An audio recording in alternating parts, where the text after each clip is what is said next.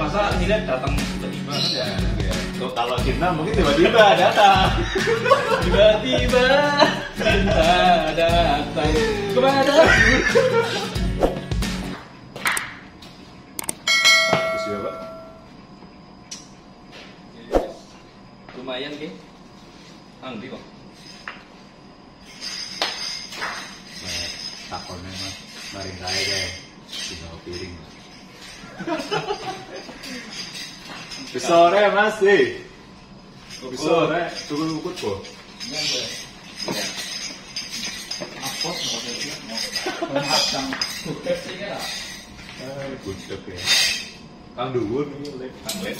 Makan sini dong lah. Lihat? Makan sini dong Iya gue. Jangan kau kenal lah madangnya. Enggak, anu apa? Ya biasa. Guru gabut. Tinggal kan gabut. Mereka kawean ya. Jadi orang kawean gimana ya? Menyibukkan diri lah. Dari sibuk kan kadang juga diri. Biar ketar pengangguran. Sok sibuk aja sih ya. Sok sibuk aja gitu. Sibuk nggak ngapa-ngapain. Sebenarnya kayak gitu salah satunya. Ini tambik. Kue tambik. Mikir diklat Oh, sing 365 apa sih? apa? Geswit. Oh, Geswit. Geswit. Geswit. Bahasa apa? Ya. Oke, ada berbalik baik. Hah? Ada berbalik baik. Lagunya apa kok? Ikan apa? Geswit ini modern. Google Classroom lah. Google Classroom terus di situ ada apa namanya tentang Google Meet juga. Pakai berarti ya? Ya untuk tugasnya sih ada 4 ini. Oh, berarti sebelum diklat mesti Ada disambung. jongete kowe. Jabane. Ya wis rampung. Macane.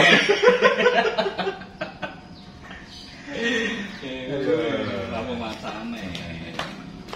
Tapi berguna nggak sih? Berarti kan dipakai. Tapi kok tahu udah murah gitu. Ya naik menurutku ya menurut aku naik sebagai untuk ilmu ya tuh, tapi misal sudah ada seperti itu kok tidak diterapkan kan ibaratnya sia-sia.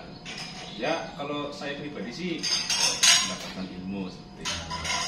Tapi misal di era pandemi seperti ini yang harus online, ya hal-hal lebih baiknya jika digunakan. Nanti selain ini promo apa?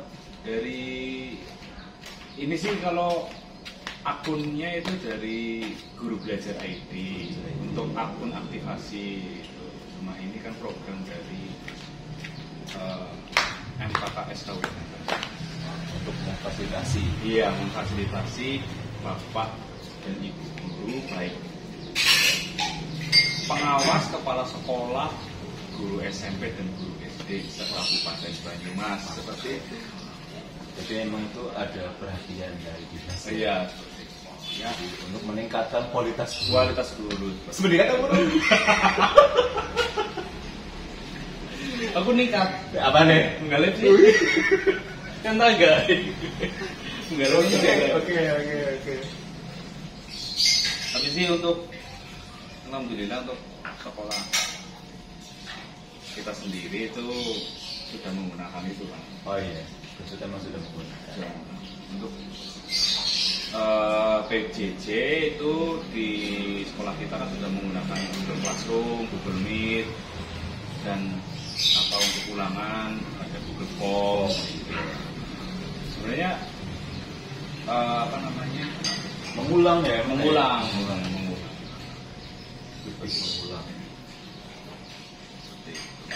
Ya walaupun seperti saya itu ya sudah menggunakan itu, tapi tetap ada satu atau dua hal yang bagi saya ya baru.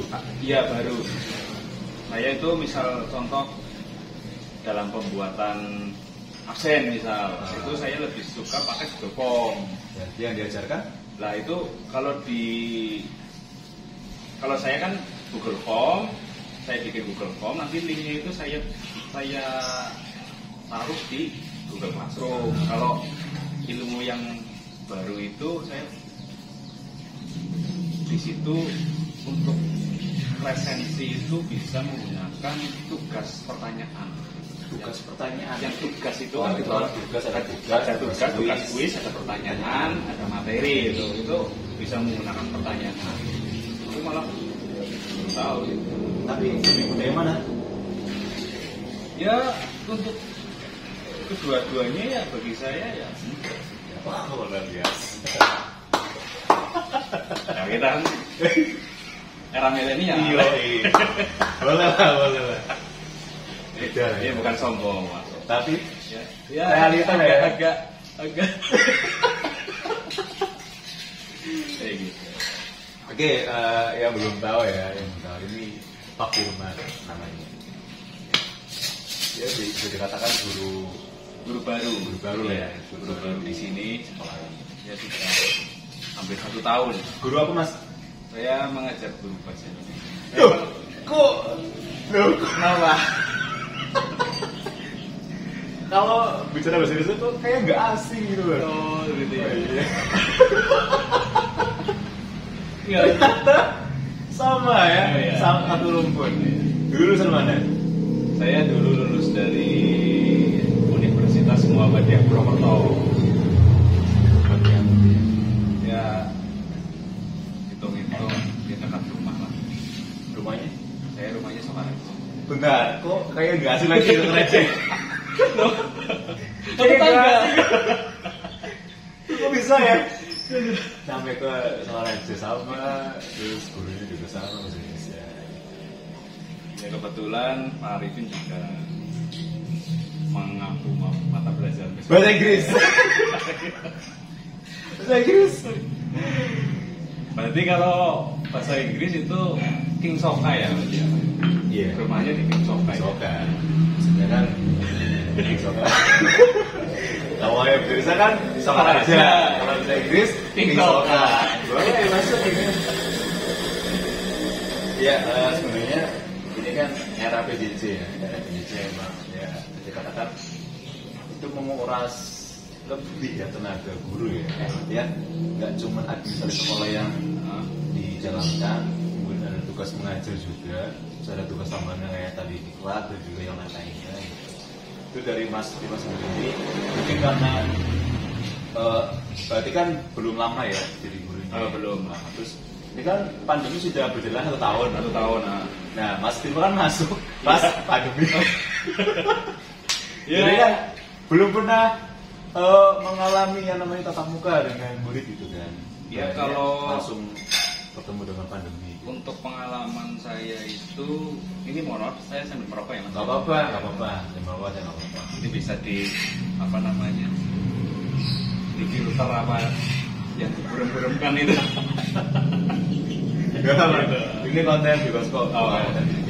Santai aja. Ya, untuk pengalaman saya sendiri itu dulu saya pernah waktu kuliah itu praktik pengalaman lapangan itu di SMP Negeri 1 Cilongok selama 3 bulan. Jadi selama 3 bulan itu saya ya mengajar tatap muka seperti itu. Berarti nggak asing lah ya. Iya, enggak. Cuma apa namanya, kemarin saya masuk di SMP Negeri 1 Banyumas. Ya ada kurang lebihnya ya ada sedikit adaptasi lah. Dan kebetulan saya masuk itu sudah pandemi. Ya. Berarti belum pernah ikut tatap muka. Dan hal yang baru bagi saya yaitu langsung pembelajarannya itu kebetulan di SMP Negeri 1 Banyumas itu kan langsung menggunakan Google Meet, Google Classroom gitu. untuk virtualnya bisa menggunakan Google Meet. Seperti Pak Arifin kadang pakai Zoom juga gitu ya Pak. Saya pernah pakai Zoom, cuma 3 kalau nggak 4 anak tuh masuk. Gitu. 3 anak, 4 anak. Susah untuk mengaplikasikan Zoom-nya. Kadang kan pakai kode. Iya. Juga nggak semua email tuh masih bisa masuk ke Bisa terintegrasi dengan Zoom-nya itu ya. Makanya kalau di sekolah ini ya kebetulan pakainya itu Google Meet. Betul kan kalau semuanya kan pakai Google Suite. Kemudian anak itu sudah ada akun sendiri. Oh iya. Jadi kalau pembelajaran anak menggunakan akun dari sekolah, itu lebih memudahkan. Ya lebih terkoneksi lah ya. Ya, betul. Masalahnya yang paling prioritas kan dalam pembelajaran kan hasil ya. Hasil. Tetapi ya walaupun hasil sebisa mungkin kita sebagai guru atau pendidik kan ada prosesnya. Oh, tetap ada prosesnya. Nah kalau misalkan prosesnya ya kalau tatap muka, kemudian kita bisa melihat. Iya. Oh si A. Kelebihan atau kekurangannya kan bisa lebih, guru itu lebih cepat mengetahui gitu kan. Nah sekarang pandemi, bagaimana caranya? Orang nggak kenal, cuman lewat media sosial. Ya, ini seperti ini Pak Arifin. Jadi kebetulan saya masuk di era pandemi, lalu saya mengajar di kelas 7. Wow, ya, yang notabene itu kelas 7 kan peralihan dari SD ke SMP gitu. Mungkin dulu waktu di SD itu pasti kan mengalami udah pandemi juga ya, ada setengah tahun ya pandeminya. Jadi mungkin di SD itu pembelajarannya kan masih menggunakan WhatsApp seperti itu. Jadi ada sedikit ya pada saat itu ada kendala gitu kan untuk akses masuk ke Google Classroom-nya seperti itu. Saya juga pernah melakukan tatap muka secara virtual menggunakan Google Meet dari 34 siswa dalam satu kelas itu paling yang mengikuti virtual itu hanya 15 atau paling banyak itu 20. Jadi ketika saya tanya gitu kan, misal setelah pembelajaran beberapa bulan berlangsung kan ada yang ini kok anak tugas kok ada ketinggalan seperti itu. Jadi saya tanya itu sebenarnya kenapa? Itu bisa yang pertama ya untuk peserta didik saya itu alhamdulillah ya lebih banyak mempunyai perangkat handphone gitu kan. Tetapi untuk seperti kuota atau sinyal itu yang di anak-anak saya itu sangat terkendala. Oh, ya. Jadi kalau masalah HP dan juga mungkin cara mengaplikasikannya bisa ya. Iya, tapi kendala di kuota. Itu 1 atau sampai 2 bulan atau sampai 3 bulan itu anak-anak masih perlu adaptasi. Jadi banyak yang tanya ke saya, Pak ini maksudnya bagaimana gitu kan. Jadi saya suruh ke sekolah, saya beritahu gitu kan. Sampai sini alhamdulillah sudah paham. Dan bagi anak-anak yang punya terkendala, saya panggil ke sekolah untuk menggunakan fasilitas sekolah, yaitu lab komputer. Jadi pasti nanti ada kenaikan lah ya. Iya, dengan naik ke lab komputer. Itu Pak. Soalnya lab kita kan di atas. Kita naik. Ada yang di bawah sebenarnya. Ada yang di bawah. Cuman kalau yang di bawah terlalu mungkin yang lebih suka yang dari atas lagi, terlalu rendah. Jadi yang di atas. Nah, ini kan ada berita yang terbaru itu kalau salah Juni atau Juli itu mau tetap muka. Alhamdulillah betul.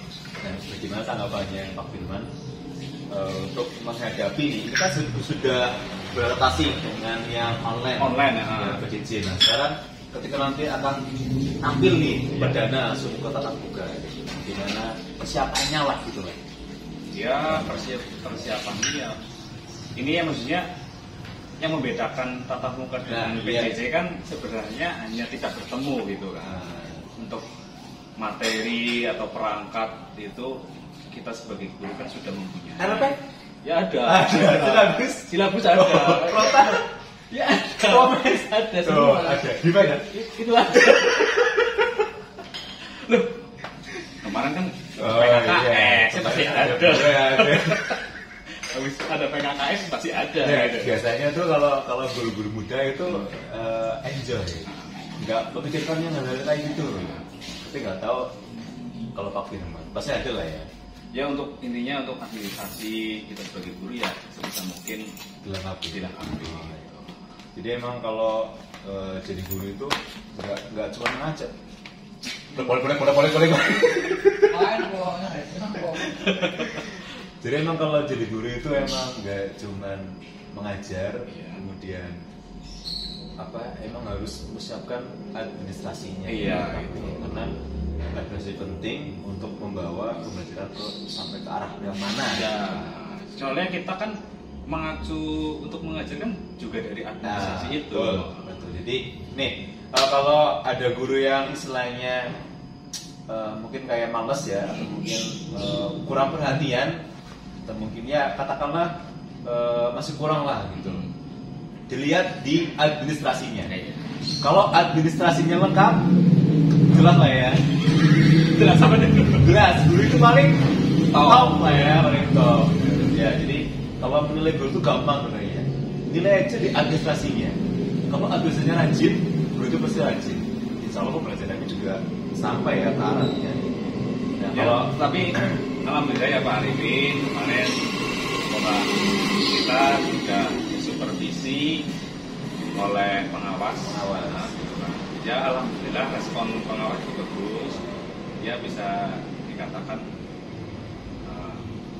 untuk perangkat, untuk dan lain-lain itu bagus. Berarti kan yang menandakan guru-guru di tempat kita bagus. Saya jadi terharu ini. Seperti itu. Ya, walaupun di sini katakanlah saya lebih lama ya, tapi lebih tua dia. Jadi emang saya itu harus mengayomi ya. Kita harus saling saya juga belajar gitu kan. Betul. Apalagi sama-sama belajar. Sama-sama belajar itu emang lebih mantap sih kalau menurut saya sendiri gitu. Ya apalagi ya sama-sama muda lebih mudah berkolaborasi. Betul. Ya ini kalau Pak Arifin dulu di sini berarti sebelum pandemi ya Pak ya? Ya sebelum pandemi. Kalau saya kan masuk itu kalau nggak salah tanggal 16 Oktober 2018. 2018. Iya, jadi dulu September, Oktobernya langsung ke sini. Gitu. Nggak sengaja mas.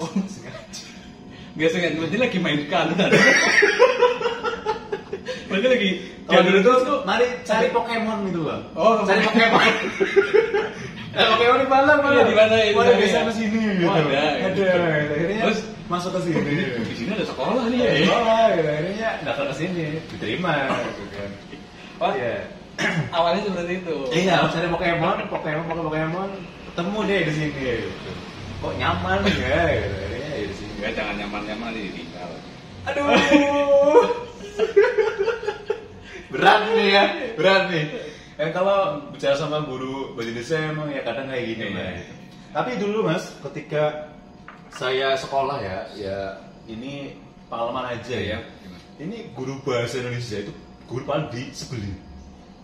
paling disebeli sama murid-murid gitu. Itu Karena kenapa? yang jelas cara mengajarnya yang kurang jelas. Kemudian latihan soalnya. Jadi bacaan satu lembar, jawabannya cuma satu soal. Iya. Sudah soal. Nah, kalau saya sendiri pribadi itu, saya pengen menjadi guru bahasa Indonesia, tapi yang menyenangkan. Gak banyak tugas. Gak banyak tugas lah. Cuma kita banyak tugas, nantinya malah kita yang repot sendiri. Jadi saya tuh bawa dunia pendidikan yang katakanlah berbeda dari sebelumnya gitu. Kalau mungkin ketika saya menjadi murid, wah guru ini galak banget gitu. Terus kan diwadain, nggak disukai sama anak gitu. Gimana mau menjelaskan dengan jelas anaknya sudah, nah sudah aku aja udah malas lah gitu. Makanya kadang kalau pembelajaran yang sudah itu kan pernah tatap muka gitu kan, ya kayak gitu. Kalau misalkan contoh kecilnya gini, ketika pembelajaran teks deskripsi, kemudian ada teks prosedur. Kebanyakan kan paling kalau teks prosedur, oh ini loh caranya gitu. Kalau saya enggak, bikin kelompok, kemudian dibagi beberapa anak, tuliskan di depan buah apa yang nanti akan dibikin jus. Gitu. Yang pertama siswa langsung istilahnya keterampilannya dilatih. Yang kedua ini paling penting nih, gurunya juga dapat jusnya. Ini mah triknya dari gurunya aja ini. Kadang kan kita siang-siang panas-panas ya, ada jus gitu ya. Tinggal pilih kan apel, jeruk atau mungkin mangga gitu kan. Tinggal pilih gitu. Itu enaknya ketika tatap muka ya. Jadi secara keterampilan itu melatih anak itu lebih mengena. Nanti gurunya juga ada kena. Gurunya juga kena gitu kan. Jadi nggak usah jajan keluar gitu kan. Ada disiapkan gitu. Memang waktu itu saya dibuatkan satu kelompok itu misalkan ada 7, dibikin 8 jusnya. 7 anak bikin 8 jus. Nanti 7-nya buat kalian, 1-nya buat saya. Guru ya. Iya, buat guru gitu.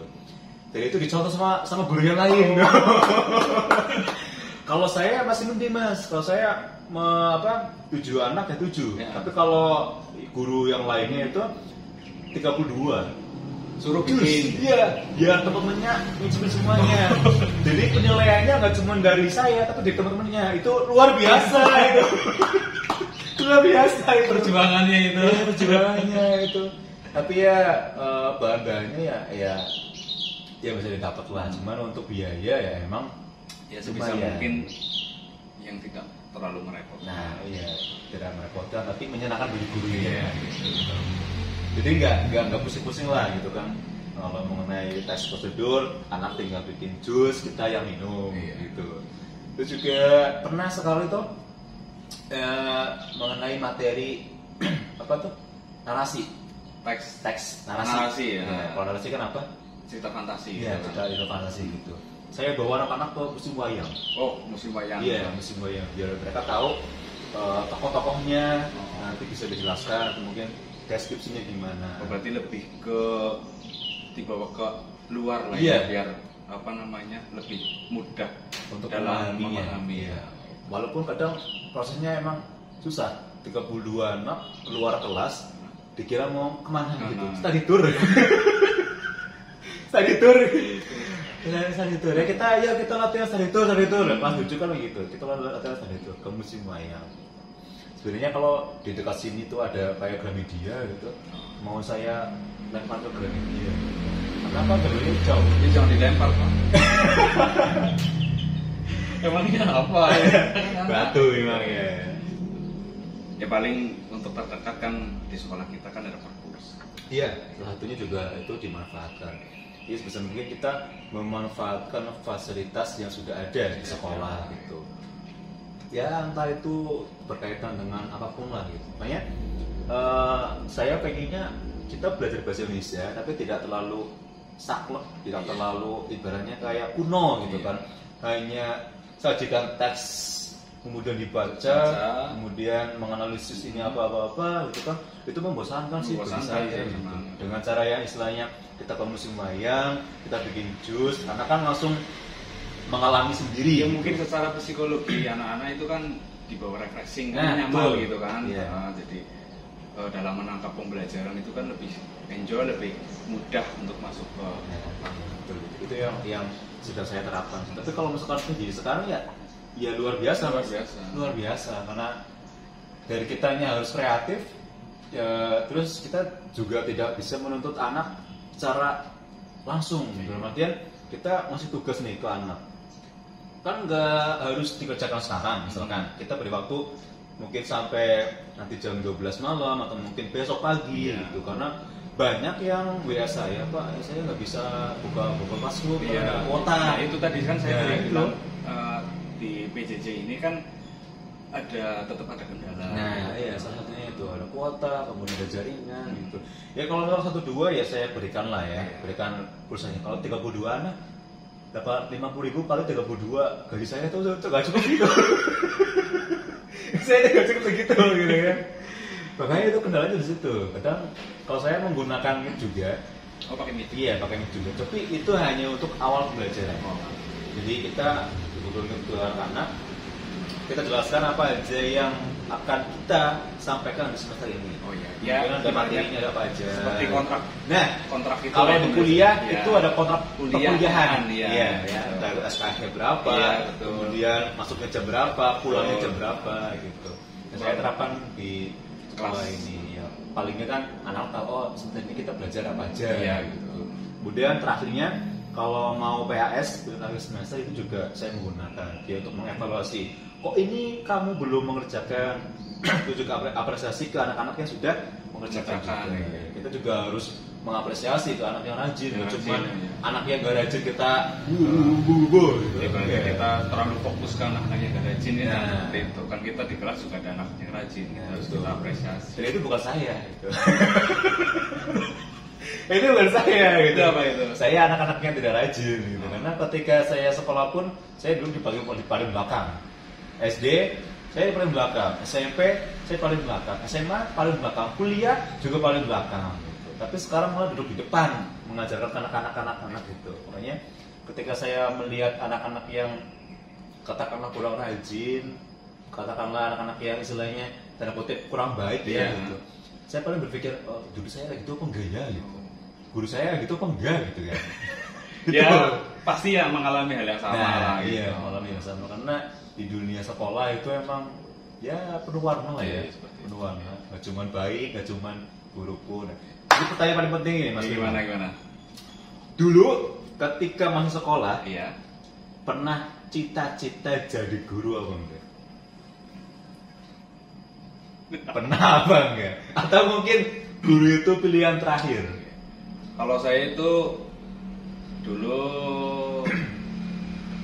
kepengen masuk ke kedinasan. Oh, kedinasan.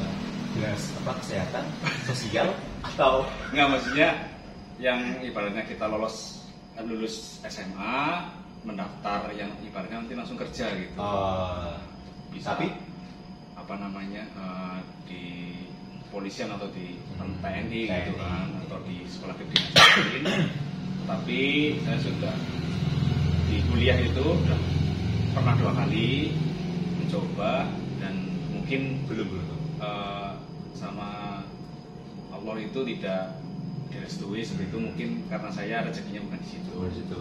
Dan saya melanjutkan di perkuliahan dan bagi saya itu kenapa saya memilih fakultas keguruan gitu kan. Yang pertama karena orang tua, maksudnya orang tua saya ada yang guru gitu kan, dan ibu atau bapak? Ibu gitu, dan lingkungan tempat tinggal banyak yang menjadi guru, teman-teman juga banyak yang menjadi guru gitu kan. Dan itu sih bukan terpaksa ya Mas, bukan terpaksa gitu, tetapi saya memilih guru itu luar biasa. belum. Maksudnya guru itu kan sebagai pekerjaan yang sangat mulia, mencerdaskan diri. Kamu itu luar biasa. Tuh. Tepuk tangan ya. Berarti Nah. kemauan ya, Iya, kemauan berdasarkan pengalaman mungkin Iya, lingkungan. yang Ya karena kita kan terbentuk atau terdidik itu tergantung lingkungan juga. Oh iya, betul itu. Faktor lingkungan. atau itu sangat penting banget. Jadi saya garis bawahi, saya untuk masuk keguruan ini bukan karena saya itu pilihan terakhir sih, Pilihan bukan gitu kan. Cuma pada saat itu saya ingin ketika lolos atau lulus SMA itu saya pengen kerja. Kerja di sekolah kedinasan, tapi saya sudah berusaha dan belum dapat rezekinya. Alhamdulillah saya melanjutkan di fakultas keguruan. Kenapa saya kenapa tidak memilih fakultas lain Iya, seperti betul. ekonomi atau psikologi Psikologi, atau iya. apa yang lain gitu kan. Olahraga mungkin? Nah, Olahraga? saya suka olahraga tapi apa namanya kadang-kadang. Kadang-kadang. Oke. Dan apa namanya, akhirnya saya menentukan pilihan setelah apa namanya Istiqoroh atau ya berpikir sholat istiqoroh dari saya memilih gitu. Oh, gitu. Memilih gitu kan. Oke. Memilih dan diputuskan ya berkat itu keputusannya itu pertama tadi karena orang tua saya melihat orang tua saya menjadi guru. Iya. Dan lingkungan teman-teman itu banyak yang menjadi guru dan apa namanya saya sendiri juga ada 40% lah ingin pada saat itu ingin menjadi guru untuk dan akhirnya mantap untuk masuk ke FKIP. Terus kenapa milih bahasa Indonesia? Ya karena kenapa saya memilih bahasa Indonesia? Ini saya paling benci kalau ada orang yang bilang seperti ini. Oh, apa ini? Bahasa Indonesia itu kan bahasanya kita. Betul. Gampang. Saya itu Gampang kayaknya ya. Ini Mantap lah ya. Iya gitu. Itu apa namanya? Kita belajar di perkuliahan untuk bahasa Indonesia itu. Saya benar-benar mendapatkan ilmu banyak sekali, ada materi morfologi, linguistik, ada sosiolinguistik, bahwa bahasa Indonesia itu bisa dibedah dari beberapa tidak sesimpel kita ngobrol seperti ini, bukan. Jadi itu banyak sekali aspek-aspek yang harus kita bedah pada saat perkuliahan seperti itu. Dan karena bahasa Indonesia adalah bahasa persatuan. Itu kan yang menyatukan para pemuda dulu pada saat Sumpah Pemuda 1928 ya. betul sekali. Untuk mengikrarkan bahasa Indonesia adalah bahasa persatuan. Sampai ke sana ya? Iya, saya itu mikirin sampai ke sana itu lah. Tapi emang kalau kuliah di pendidikan bahasa Indonesia ya, itu kita nggak membahas mengenai tes deskripsi. Enggak. Kita nggak membahas mengenai teks prosedur. Jadi kita membahasnya ya tentang apa namanya bahasa itu Bahasa apa itu gitu. apa? Terus di dalam masyarakat itu ada bahasa yang resmi, ada bahasa prokem atau bahasa gaul itu kan. Slang gitu ya. Iya, slang gitu. Nanti ada percampuran bahasa seperti tadi kita komunikasi itu ada apa namanya? Alih kode campur kode seperti itu. Ini kalian pasti nggak tahu nih alih kode campur kode ini gitu kan. Ini makanya kuliah di bahasa Indonesia. Ada tahu iya, gitu. Betul. Jadi kuliah di bahasa Indonesia tuh nggak mempelajari tes deskripsi atau teks prosedur itu di SMA tuh nggak Ya, dipelajari ya. gitu. Kita lebih mengarah ke bahasa itu apa? Ya lebih sampai ke akar-akarnya. Iya, sampai ke akar yang linguistik. Linguistik. Dapat berapa? B, A, C, D atau E? Ngece ya. Karena kemampuan guru bahasa Indonesia itu ditentukan linguistiknya. A, B. Ya apa namanya? Saya Cukup lah ya. Cukup. Ya tidak perlu yang terlalu. Nah, betul. Saya ya linguistik. Iya, kalau Pak Ari gimana? Mengulang. Mengulang. Karena saya Kok dapat C. Oh sama. Sama ya. Biasa. Pak Ari. Saya waktu semester 2 kelas 1 itu kayaknya dapat C gitu. Karena saya orang yang nggak puasan, saya mengulang. Yang bukan masalah linguistiknya, ternyata ketika saya mengulang sendirian. Privat berarti. Jadi kan ada angkatan nih, ketika saya kan emang angkatan 2014. Oh iya. Nah saya mengulang nih, bertemu dengan angkatan 2015. Di bawahnya. 15 ternyata. Calling-callingan nih, misalnya kayak saya Mas Firman kan. Mas Firman nanti ngambil linguistik gak nih? Iya. Sama temen bisa gitu kan. Satu angkatan. Ya, itu. satu angkatan. Ngambil linguistik kayak gitu. Ketika hari H masuk ke kelas, klik, gak ada orang. Cuman dari 2014 cuma saya sendirian dan teman-temannya tuh 2015. Berarti teman-teman 2012 mengulang ke adik kelasnya sendirian dan yang mengajar dosen PA-nya. Ya kalau bisa pembimbing. Bisa pembimbingnya. Ngapa kowe? Sendirian gitu. Itu pengalaman di linguistik itu. Ya memang Luar biasa. untuk materi bahasa kan banyak sekali itu kan. Iya, Ada sintaksis juga. Sintaksis juga, itu. Tapi Tapi memang- dari segi linguistik, fonologi, morfologi, sintaksis, semantik, kemudian ada pragmatik, Iya. wacana, mana nih yang paling Mas Timan suka nih dari para 6 ini nih? Kalau saya itu lebih suka ke sosiolinguistik, Sosiologistik. semantik, Iya, gitu kan. semantik juga. Jadi apa namanya, tentang pemaknaan atau tentang perpaduan bahasa gitu. Saya lebih suka. Pasti nggak tahu ini. Pasti nggak tahu ini. Apa namanya? Walaupun apa namanya itu linguistik, morfologi itu kan pertama kita masuk di FKIP pasti itu langsung mempelajari tentang linguistik. Nah, betul. Dasarnya dulu. Setelah itu dasar itu kan. Setelah itu kita mempelajari morfologi, Fonologi, fonologi, pengucapan. ada pengucapan, ada konsonan gitu kan. Nah, jadi bisa dilihat itu kalau orang kok bisa ngomong seperti itu kayak gini gitu. Betul ya. Jadi kuliah di Pendidikan Bahasa Indonesia itu ya mempelajarinya linguistik paling penting. Linguistik paling penting. Itu Linguistik, paling dasar. kemudian fonologi yang pertama, yang kedua ada morfologi, pembentukan kata. Ya kalau misalkan aku, kamu itu bentuknya bagaimana, ada morfem, buyang gue. Jadi kalau yang di mana tempat itu kan atau yang biasa kita pikirkan hal dasar itu biasanya paling mudah Iya. gitu kan. Nanti Betul. step by step lebih sulit. Lebih sulit. Tetapi kalau di bahasa Indonesia ya bukan menakut-nakuti ya Pak Arifin. Linguistik bagi saya itu ilmu yang sulit bagi saya. Walaupun itu hal dasar. Kita harus tahu, ya harus tahu dari setelah kita mempelajari linguistik nanti ke depannya itu lebih mudah malah. Betul. Kita Linguistik sudah itu paham. paling penting. Linguistik, kemudian ada fonologi, morfologi, kemudian ada semantik, ada sintaksis, ada sosiolinguistik juga, kemudian ada pragmatik, ada wacana. Pokoknya luar biasa lah kalau kuliah di Pendidikan Bahasa Indonesia. Waktu saya mengajar dulu atau awal-awal gitu kan, Pak Arif kenapa milihnya bahasa Indonesia? Kan bahasanya mudah dan itu dari mungkin SD, SMP, SMA dipelajari gitu. Saya terangkan yang namanya linguistik dari fonologi, morfologi sampai ke pragmatik, wacana. Itu di sekolah. Di sekolah SMP karena ada yang mengatakan gitu kan gampang pak ya. Coba ini kamu baca ini. Luar biasa ya.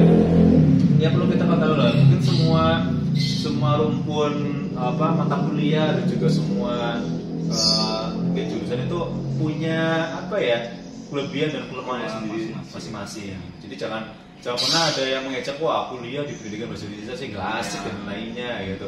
Kamu belum pernah ketemu sama linguistik kamu. Belum pernah ketemu sama linguistik gitu kan. Dan enaknya itu ketika ada mata kuliah drama atau puisi itu Pak Itu Arifin, ya, itu mantap. bagi anak-anak mahasiswa bahasa Indonesia itu yang selain itu materi itu sangat Mengapresiasi, ekspresi. mengekspresikan kita sebagai mahasiswa itu untuk berkarya. Jadi di situ ada musikalisasi puisi gitu kan, terus ada kajian drama, nanti itu kita untuk menampilkan. Jadi kita di Dramaturgi itu apa? Iya drama Oh. tuh terus kalau di tempat saya itu kajian drama. Kajian drama ya. Jadi nanti kita melakukan pementasan, kita melakukan persiapan itu selama 1 semester dan nanti di akhir semester mata kuliah itu kajian drama kita susah. Dan untuk durasi itu minim 1,5 jam. Minimal itu 1,5 jam. Jadi bisa tampil jam habis isya itu. Jadi di tempat saya itu untuk tampil itu habis isya sampai bisa jam 10. Waduh, habis berarti 5 ya, sampai 5 film ya atau mungkin? Enggak, satu hari itu satu kelompok. Oh, satu Iya. kelompok. Oh iya. Jadi lebih fokus. Dan di situ itu tidak hanya tampil, di situ ada Bapak Ibu dosen yang nantinya misal nanti setelah pementasan itu ada tanya jawab. Seperti itu, ada tanya jawab dari Bapak Ibu dosen dan bisa dan rekan-rekan pertanyaan dari audiens seperti itu sangat menyenangkan itu. Iya, lebih mengekspresikan ya. Jadi kalau materi yang kayak gini tuh kita terapkan di sekolah, kira-kira bisa apa enggak nih? Kira-kira lagi. Ya, kalau sementara ini kan untuk sastra itu di drama di kelas 7 itu tidak ada sih. Paling hanya cerita fantasi. Iya, jadi perlu diketahui ya bahwa pendidikan bahasa dan sastra Indonesia ya yang kita kuliah itu materi sastra ya itu sangat sedikit ketika di sekolah. Iya. Ya, misalkan kayak tidak 100% cuma 20%. Iya. Kalau di mungkin kelas 8 itu hanya materi drama. Mungkin kalau yang di kelas 8 ada materi drama. Ada materi drama. Kalau di kelas 7 itu cerita fantasi. Cerita fantasi ya, itu cuma 20% ya. Jadi emang ada ketimpangan ya. Jadi lebih ke bahasanya. Kalau di sekolah memang lebih mempelajari tentang bahasa. Ya, betul. Baik itu kata sifat, kata perintah gitu, kalimat perintah dan sebagainya itu lebih ke situ. Jadi kalau ada yang mengatakan bahasa Indonesia itu sangat mudah dan gampang ya, nih coba pelajari. Coba pelajari itu. Ada yang tahun-tahun kemarin dapat 9, dapat 100 ya jarang ya untuk Indonesia ya. Karena ya luar biasa sih intinya soalnya gitu, apalagi soalnya tuh bertumpuk-tumpuk jawabannya cuma. Ini tadi kan Pak Arifin bilang tentang ujian ya. Itu jadi saya ingin bercerita gitu kan. Kok Pak Firman masuk FKIP itu bahasa Indonesia dulu nilai ujiannya berapa nih? Berapa nih? Jadi ya walaupun jujur saja dulu saya nilai ujian untuk bahasa Indonesia itu tidak bagus-bagus ya, tidak bagus-bagus amat ya, standar lah. Ya di atas KKM sedikit gitu. Dulu KKM berapa? 7 berapa KKM-nya? Kalau dulu, lupa lagi itu. Saya 76 mungkin ya. Kalau di ujian nasional itu berapa ya? Saya lupa. Cuma saya ingat itu nilai saya itu hanya di bawah 8. Di bawah 8. Jadi guru bahasa Indonesia. Ya, jadi tidak menutup kemungkinan kalau kalian punya kemauan, ya saya punya kemauan lah ya. Walaupun nilai saya itu di ujian nasional itu untuk bahasa Indonesia itu tidak terlalu bagus, tetapi saya itu mempunyai semangat dan mempunyai motivasi untuk belajar di Fakultas Keguruan Pendidikan jurusan bahasa Indonesia. Tidak menghalangi niat saya untuk masuk ke bahasa Indonesia. Wah, mantap ini yang perlu dicontoh ini ya. Jadi karena hidup itu harus berubah. Anjir. Harus berubah. Kita jangan terbelenggu. Saya kayak gini lah, yaudahlah kemampuan saya seperti ini. Ya kalau putus asa lah ya. Jangan putus asa itu karena nggak tetap baik. kejar lah. Kejar. Iya mana ini kejar. Aduh gawat. Emang jadi guru bahasa Indonesia emang maksudnya cukup tantangan ya. Cukup tantangan karena mungkin kalau guru matematika kita bisa melihat caranya, kita tahu hasilnya. Kalau mungkin IPA juga sama, kita tahu caranya, rumusnya lah gitu. Ya, kalau bahasa Indonesia itu kamu baca teks deskripsi kemudian ide pokok paragrafnya di mana pun itu juga. Dan itu kan tergantung masing-masing sudut pandang atau pemahaman siswa tersebut. Tidak, misalkan ada satu teks cerita deskripsi gitu kan atau cerita fantasi disajikan ke murid, itu tanggapannya itu bisa berbeda-beda gitu. Soalnya di situ tidak ada rumusnya. Patennya ya nggak ada rumus patennya di situ. Itu yang susah di bahasa Indonesia emang seperti itu. Jadi bahasa Indonesia itu maksudnya pelajarannya susah sebenarnya. Susah. Tapi bagaimana cara kita untuk membawakannya ya biar lebih santai, lebih enjoy gitu. Tapi bukan enjoy yang nantinya masa bodoh atau anak-anak jadi semaunya gitu kan, Nah, bukan, iya. tapi lebih memudahkan anak untuk mempelajari. Nah itu yang susah mas, itu yang susah Ya, karena itu kalau untuk PTM dulu saya waktu PPL itu kan, itu saya ajak ke perpus atau ke apa, melihat tanaman ini coba dideskripsikan atau itu kan lebih anak-anak kadang kan di kelas terus kan bosen Bosen, kan, betul. di luar gitu kan. gurunya pasti juga bosan ya. Jadi saya bisa mengamati dari kantin. Ya udah ya, karena saya kebetulan dulu di PPL itu dekat dengan kantin, jadi anak-anak suruh melihat gitu kan, bapak gurunya juga sambil ngopi, ya, kan, gitu, yang penting iya, kan iya, melihat iya. gitu, Iya. mengamati. Mengamati gitu ya. Dan nanti luar biasa. tugasnya itu nanti karena bahasa Indonesia saya melatih anak-anak itu suruh menulis Itu keterampilan keterampilannya. Ya karena saya berpikiran ya mungkin peserta didik saya 1 atau 2 ya kemungkinan nanti akan ada yang jadi penulis atau menjadi guru, jadi saya membiasakan untuk menulis. Betul, karena kemampuan dalam bahasa Indonesia ya yang paling tinggi tingkatan itu menulis. Itu. Kita bisa berbahasa, tapi kita belum bisa mengungkapkannya. Kita punya, saya punya ini gitu. Ketika orang ngajak bullshit itu nggak ada. Ketika kita menulis, kita punya karya. Ini saya punya karya, punya karya, punya apa gitu. Jadi kalau kita kan tadi udah membahas mengenai sastra nih. Iya. Nah kalau yang bahasa nih, Iya. yang bahasa kan mungkin kalau sastra produknya mungkin kayak puisi. Kayak mungkin drama. Kalau bahasa kira-kira produk kedepannya tuh kira-kira apa nih untuk dari bahasa sendiri gitu? Kalau dari segi bahasa, yang terpenting ya anak itu bisa menggunakan bahasa dengan baik dan benar. Nah, betul. Berkomunikasi gitu.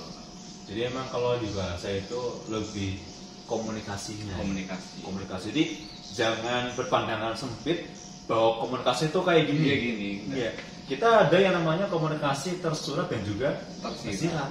Kalau yang tersurat, kalian punya mungkin pengetahuan, mungkin punya penelitian, kalian bisa disampaikan dengan karya ilmiah.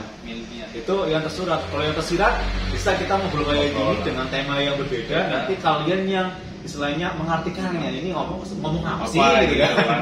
Gitu. Jadi memang di bahasa itu nggak cuma sastra, ada juga bahasa yang paling penting untuk alat komunikasi juga.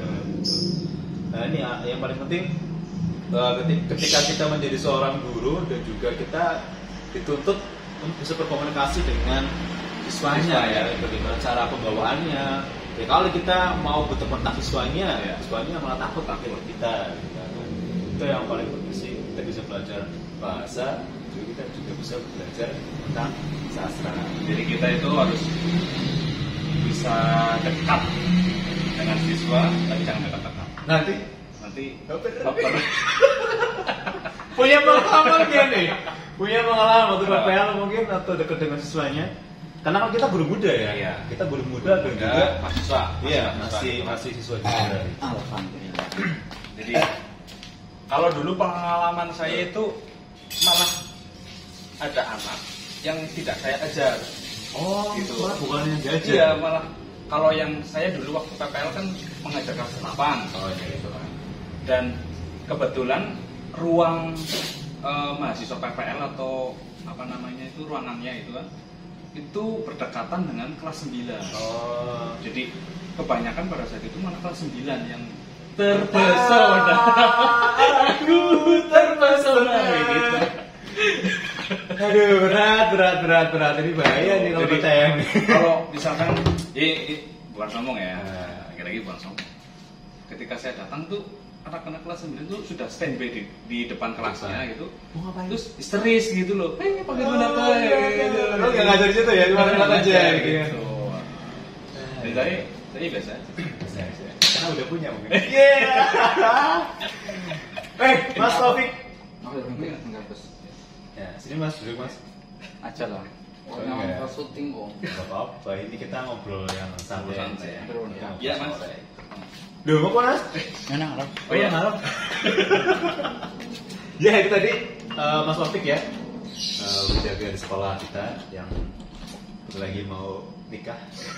Kapan nih? Nikah. Iya. Saya nggak tanya apa Dan itu. ya pengen cepet-cepet lah. Ya doakan aja. Kawan aja lah ya. Berarti ini tak beri tema apa ini kira-kira? Mengenal lebih dekat dengan Pak Firman atau gimana ya temanya ini? Temanya ya apa ya, cerita-cerita aja. Mau beras ya? Mau beras. Bebas lah ya. Bro, santai lah. Santai.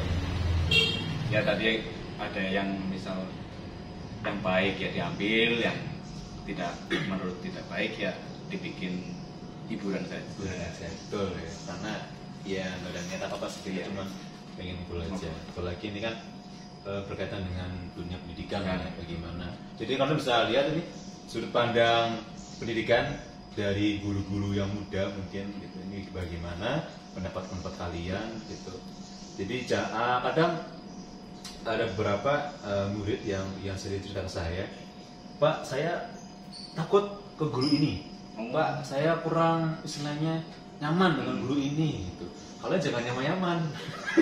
Jadi baper. Nanti baper gitu kan. Jadi boleh ya sebenarnya, boleh antara murid dan guru itu boleh, asalkan masih ada batasan. Iya, lah, ada Jadi, batasannya gitu. Kita sebagai guru ya tetap dihargai, Hargai, dihormati, gitu. dan anak-anak tidak bisa semena-mena. Iya, kalau SMA nih gimana nih kalau SMA nih muridnya nih? Ini kan SMP muridnya, kalau SMA muridnya kelas 9 kayak kelas sekolah bulan deh gitu. Sama ya.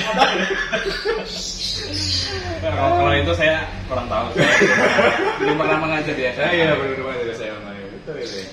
Ya masih ada batasnya lah. Jadi kalau kalian mungkin masih bingung ya dalam pembelajaran, mungkin dalam hal yang berkaitan dengan sekolah itu jangan pernah istilahnya kayak kaku ya. Kaku, Kalian bertanya aja, Bertanya. aja tapi yang sopan terutama gitu. Jangan misalkan panggil Pak, Dok, siapa gitu kan, nggak terlalu sopan. Gitu. Yang penting kalau kalian sopan dengan kami ya pasti akan menghargai, gitu kan. Dan akan menjelaskan berapa yang perlu kita jelaskan. Gitu. Bisa emang kalau jadi guru muda, yang pertama kita belum pengalaman, itu yang paling penting.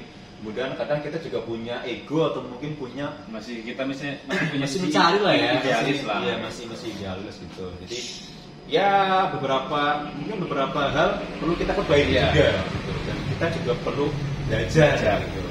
Jadi kalau menurut saya sendiri pembelajaran yang paling nyata, pembelajaran yang paling penting itu adalah peserta didik. Iya. Kita bisa belajar dari mereka malahan, bukan kita yang mereka yang belajar ke kita, malah kita yang belajar ke mereka. Bagaimana cara mengajar dengan baik, bagaimana cara berkomunikasi dengan baik kepada peserta didiknya.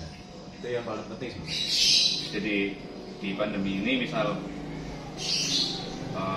anak yang bisa online, bisa mengikuti pertemuan virtual ya kita sebagai guru kita layani. Iya, apresiasi. Dan bagi yang tidak bisa ya kita tetap melayani juga. Jangan menggunakan ya bagaimana kita lah. Betul. Kalau Mas Firman sekarang sudah kembali kelas bang Mas? Wali kelas. Kelas berapa itu? Saya wali kelas 7. Kelas 7B. 7B ya.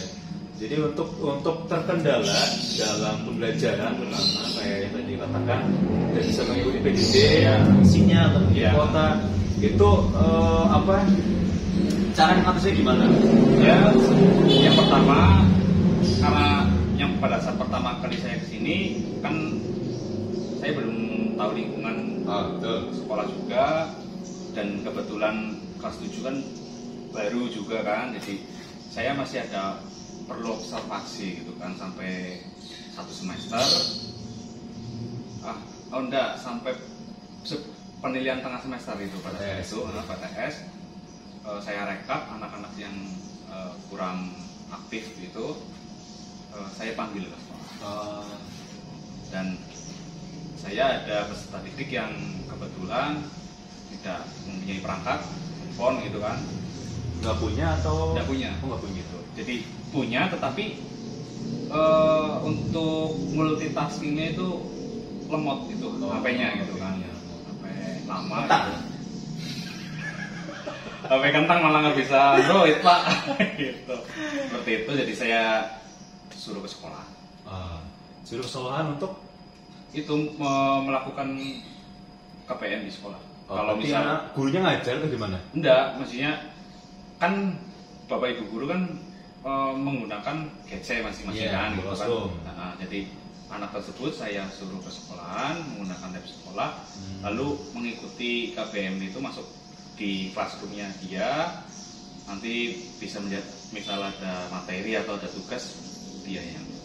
Berarti tetap masih keadaan browsing ya, browsingnya nggak tetap muka kayak gini langsung, ya, tetap menggunakan aplikasi. Nah, ini tidak menutup kemungkinan bahwa untuk siswa yang terkendala itu difasilitasi sama sekolah ya dengan lab, kemudian mengerjakannya di lab juga.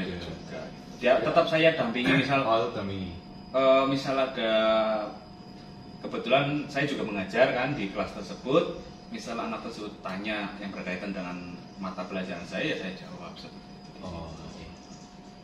Jadi itu apa istilahnya kayak terkendala yang emang di lapangan ya, Iya. Mas, ya. Di lapangan itu juga solusinya bagaimana Iya, ya? Solusinya seperti itu. Ya. Jadi untuk yang tidak bisa mengikuti ke sekolahan dengan mengikuti. Ya, soalnya mereka juga berhak untuk mendapatkan pelajaran. Betul. Mereka, Dan tidak ada alasan untuk tidak mengerjakan tugas. betul. Itu poinnya. Tidak ada alasan tidak bisa mengerjakan Tugas. karena itu kewajiban. Kewajiban Ya. kita anak dulu kita sebagai murid seperti itu kan Pak Arif. Oh ya jelas gitu, jelas. Kita mengerjakan PR pun kontak ya. Berangkat gasik. Berarti sih kita tuh berangkat jam 6 ngapain ya? Bukan piket, tapi mencari ya. Mencari, mana nih yang udah nih? Mana nih yang udah nih gitu. Kita baru. Nah, yaitu untuk mata pelajaran yang tidak bisa. Kemungkinan ya tidak bisa. Tidak bisanya merata. Ternyata ya, batir lah ya, batir gitu. Kita ya tidak maklumin lah ya, maklum aja ya, namanya juga sekolah. Jadi kalau kalian yang belum bisa mengerjakan di rumah, kalian bisa ke sekolah nih, ya dengan cara nanti akan fasilitasi dari sekolah, lab komputer, nanti kalian bisa browsing dan lain-lainnya di lab komputer. Jadi kalau bosan sekolah, berangkat Sekolah aja. warnet. Kalau dulu warnet, sekarang terus ke sekolah gitu. Itu ranking sekarang kayak gitu. Kalau dulu kita pulang sekolah ke warnet, Facebookan, mungkin game dan lain-lainnya. Kalau kalian bosan ke sekolah nanti ada warnet gratis gitu. Gratis pun warnetnya gitu. Ya itu mungkin ya obrolan kita dengan Pak Firman ya, yang jomblo, yang punya pacar ini. Yang Bisa dikatakan sudah. Dikatakan. Saya ingin surprise saja. Oh, oke. Ditunggu lah ya. Ditunggu. Yang penting undangannya sampai. Karena saya itu ya sudah bisa dikatakan yang muda tapi sudah agak Umur berapa sih, Mas? Saya sekarang 27. Sekarang 27. 27. 27. Oh, oke. Jadi apa namanya ya sudah lumayan Siap. Iya. Masa mendidik aja bisa, masa mendidik anaknya nanti nggak bisa? Bisa, ya. Jadi ini bisa dikatakan pembelajaran ya sebelum menjadi seorang ayah gitu. Jadi sebenarnya apa yang kita pelajari, yang kita ajarkan sedikit banyaknya juga di kehidupan kita lakukan sendiri. Oh, betul. Jadi masih ditunggu ya undangannya di Pak Firman yang masih rahasia nih. Rahasia. Kita tunggu aja. Surprise aja. Undangannya lah ya, undangannya. Semoga aja tahun sekarang atau tahun depan.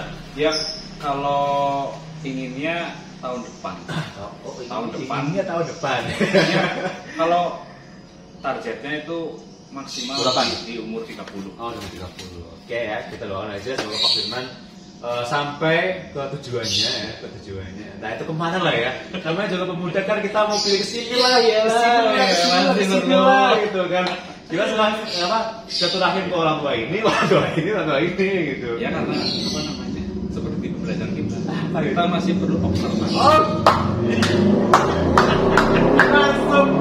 masuk. Iya gitu. Kita perlu masuk lah ya. Kita itu harus mencari yang benar-benar siap untuk menentang. Kau yang singgah tapi tak sungguh. Berat sekarang tuh kayak gitu. Singgah tapi gak sungguh ya. Tapi sungguh-sungguh sambil singgah-singgah ya. Ini nggak betah, ada ini, ada ini, ada ini. Tapi itu jangan ditiru, cari yang serius gitu. Itu tujuannya tetap serius. Ya betul, kalau tujuannya baik insya Allah ya baik lah ya. Oke ya, itu saja untuk pertemuan kita dengan Pak Firman ya. Ambil yang positifnya ya.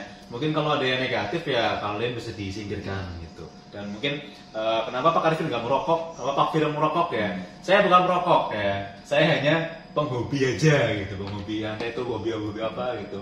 Karena saya udah pernah merokok ya, udah pernah merokok itu dari mungkin kecil atau mungkin kemarin-kemarin lah gitu. Dan saya berhenti gitu. Mungkin Pak Firman dia masih merokok.